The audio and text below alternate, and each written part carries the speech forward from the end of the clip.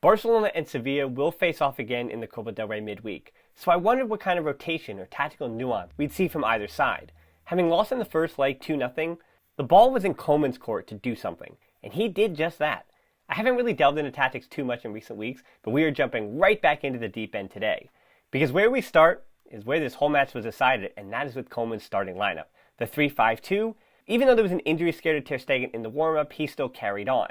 Dembélé and Messi were up top as that two, Alba and Dest out on the wings, and the regular midfield three, and then Lenglet, Piqué, and Migueza at the back.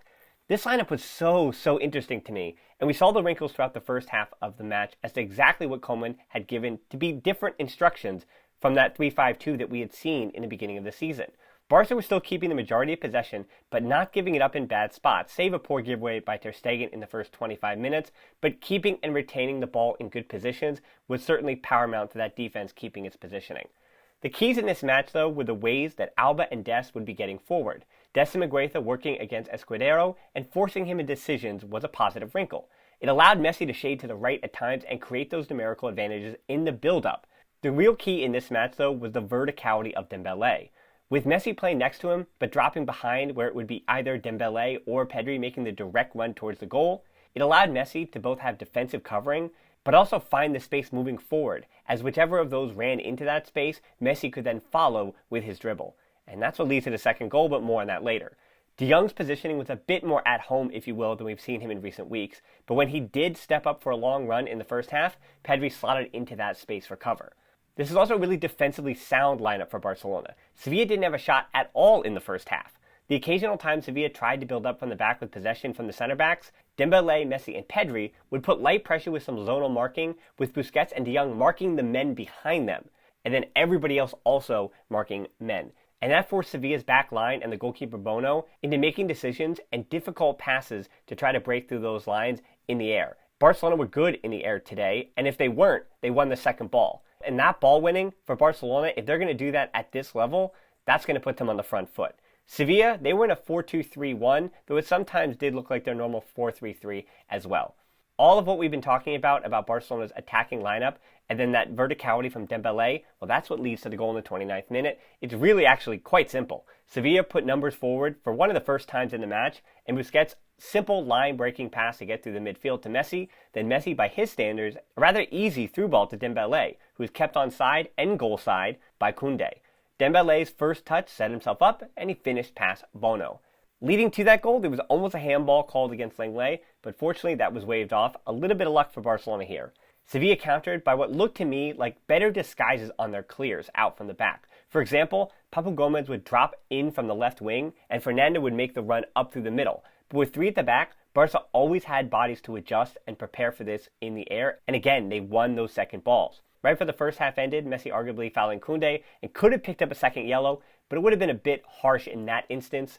If he hadn't already picked up the first one, it probably would have been his first yellow, but it takes a bit more, especially if you're Messi. You do get the calls, so it does take a bit more to get the second yellow. And on the other side of that, Sevilla, they were earning their yellow cards. They picked up 3 in that first half, and it did lead not only the yellows, but that formation that Barcelona were able to put out did force Lopetegui in 3 changes at halftime. Center back Diego Carlos with a yellow card came out, Papu Gomez and Munir all off, and Nasiri, who has 13 goals this season, but hadn't scored in a little while, and then Suso and Karim Rekic all came on.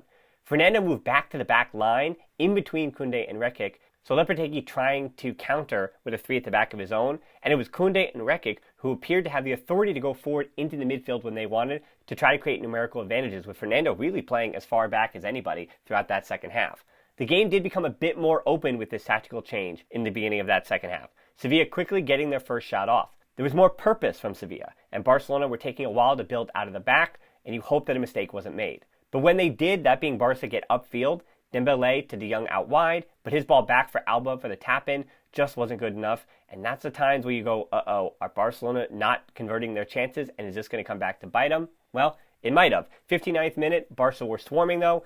Serginho Dest gets a shot off after some nice team build-up. That hits the outside of the post. Again, a frustrating miss. Converting chances, question mark. Less than a minute later, Alba, a great piece of skill, and Dembélé off to the races. The cutback was always coming, but Messi skies a shot way over. Chances for Barcelona. More changes for Sevilla though, as Barcelona were then dominating the match again and had retaken that momentum. Rakitic and Luke de Jong off for Oscar and Oliver Torres, so trying to solidify the midfield quite a bit. 67th minute, Ronald Araujo on for Piqué, who was clearly dealing with some discomfort. As he comes on the field, the offside flag came up on Lenglet on the Messi free kick, which affected Bono's ability to come out for the ball, so Messi denied a goal there.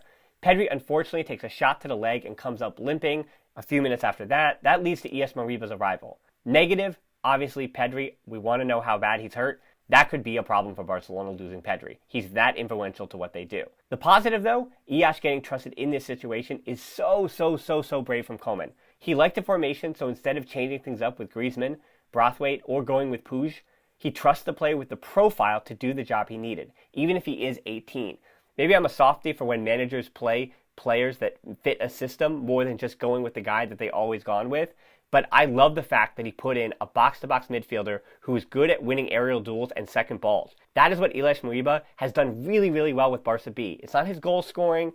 It's not all of his fancy footwork. He's a very disciplined player in that way, that he's willing to do that job, and that's exactly the job that Koeman needed him to do, so he wound up being the player for that circumstance. Instead of Koeman changing up everything to fit a player of a different profile, which actually does include Riqui Puig.